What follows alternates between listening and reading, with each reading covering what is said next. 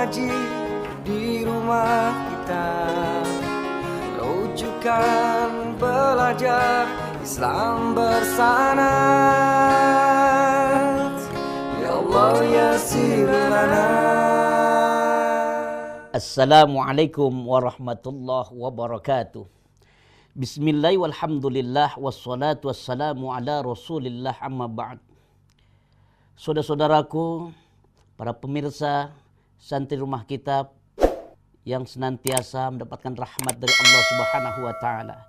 Alhamdulillah kita berjumpa kembali di kajian kitab Aqidatul Awam. Namun sebelumnya mari sama-sama kita membaca suratul Fatihah, kita hadiahkan kepada baginda Nabi besar Muhammad sallallahu alaihi wasallam, juga kepada pengarang kitab Aqidatul Awam Syekh Ahmad Muhammad Al-Marzuki Al-Maliki. Semoga senantiasa kita semuanya selalu mendapatkan keberkahan ilmu serta keselamatan dunia dan akhirat. Ala hadhihi niyyah wa likulli niyatin shalihah wa ila hadratin Nabil Mustafa Muhammadin sallallahu alaihi wasallam wa ala alihi wa ashabihi wa azwajihi wa zurriyyati wa ahli baitil kiram syai'un lillailana wa lahumul Fatihah. A'udzu billahi minasy syaithanir rajim.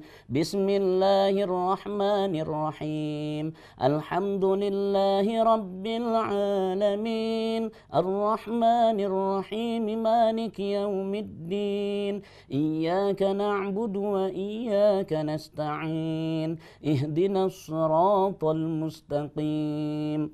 صراط الذين أنعمت عليهم غير المغضوب عليهم ولا الضالين رب اغفر لنا ولوالدينا آمين. Santri rumah kitab yang dirahmati Allah Subhanahu wa taala, kembali pada kajian kitab Aqidatul Awam. Kali ini kita sampai pada bait yang ke-35. Mu'alif berkata dalam sebuah syairnya yang indah, wa sab'atun auladuhu faminhumu salasatun min zukuri tufhamu. Wa sab'atun auladuhu, dan 7 orang putra putri beliau Nabi Muhammad sallallahu alaihi wasallam. Faminhumu salasatun minaz zukuri tufhamu, maka di antara 3 dari 7 putra putri beliau adalah 3 laki-laki.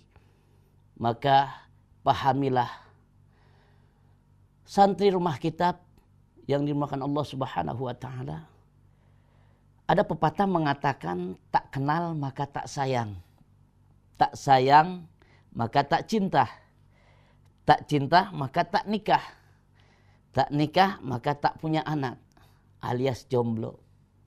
Baik, kita fokus buktikan bahwa kita cinta kepada Rasulullah SAW dan kita harus mengenal keluarganya. Siapa saja keluarga beliau, terutama putra putri beliau. Dalam kitab Aqidatul Awam ini dijelaskan ada 7 orang putra putri beliau. Di antaranya 3 laki-laki. Siapa ketiga laki-laki tersebut? Maka pada bait selanjutnya mu'alif melanjutkan dengan sebuah syair yang indah. Qasim wa abadullahi wa huwa tayyibu wa tahirun bi zaini za yulaqabu. Qasim dan Abdullah. Yang pertama Qasim. Qasim ini adalah putra sulungnya beliau Rasulullah SAW yang wafat ketika berumur 17 bulan. Masih keadaan bayi saat itu. Dan kemudian Rasulullah SAW juga dianugerahkan seorang putra yang kedua yang bernama Abdullah. Abdullah ini dijuluki dengan At-Tayyib At-Tahir. Dikatakan dalam sebuah syair Aqidatul Awam ini, bizaini zayulaqabu. Beliau diberi dengan 2 gelar ini. Yang pertama At-Tayyib, yang kedua At-Tahir, karena kelahiran Abdullah setelah diutusnya Rasulullah menjadi seorang nabi. Dan wafatnya adalah putra beliau yang kedua ini ketika Rasulullah SAW saat itu mendapatkan cobaan ujian yang luar biasa. Abdullah wafat ketika dalam masih keadaan bayi. Tapi apa yang terjadi saat itu, ditinggal putranya Abdullah, ada pembesar kafir Quraisy, yaitu yang bernama Al-As bin Wail. Dia berkata bahwaannya Muhammad adalah seorang yang mandul. Muhammad adalah seorang laki-laki yang mandul. Ini merupakan salah satu asbabun nuzul turunnya, yaitu surat Al-Kautsar ayat ketiga. Allah membantah perkataan pembesar kafir Quraisy ini dengan menurunkan surat Al-Kautsar ayat ketiga. A'udzubillahi minasyaitonirrajim. Inna syani'aka huwal abtar. Inna syani'aka, sesungguhnya orang-orang yang membencimu wahai Muhammad, sungguh ia yang terputus dari rahmat Allah. Disinilah bantahan Allah terhadap hinaan, cacian, makian kepada Rasulullah SAW sepeninggal putranya Abdullah. Santri rumah kitab yang dirahmati Allah Subhanahu wa taala, selanjutnya pada bait ke-37 muallif dengan syair indahnya mengatakan, Atahu Ibrahimu min Suriya fa ummuhu Maryatul Qibtiyah. Anak yang ketiga bernama Ibrahim dari Syariah. Ibunya Ibrahim bernama Maryah Qibtiyah. Ibrahim ini adalah putra ketiga yang dilahirkan dari seorang budak wanita yang diberikan oleh penguasa Mesir kepada baginda Rasulullah SAW yang bernama Maryah Qibtiyah. Dari Maryah Qibtiyah inilah melahirkan seorang putra yang bernama Ibrahim. Ibrahim wafat pada umur 2 tahun dan menurut riwayat lain ada yang mengatakan 1 tahun setengah. Yang pasti beliau Rasulullah SAW ketika ditinggal putranya Ibrahim, karena beliau Ibrahim sangat mirip dengan ayahandanya yakni Rasulullah SAW. Beliau mendapatkan ujian cobaan saat itu dikala berduka. Beliau meneteskan air mata. Kemudian para sahabat bertanya, wahai Rasulullah, apakah engkau tidak mengharamkan menangisi mayit? Kau pernah menyampaikan kepada kami bahwa menangisi mayit adalah perkara yang diharamkan oleh Allah.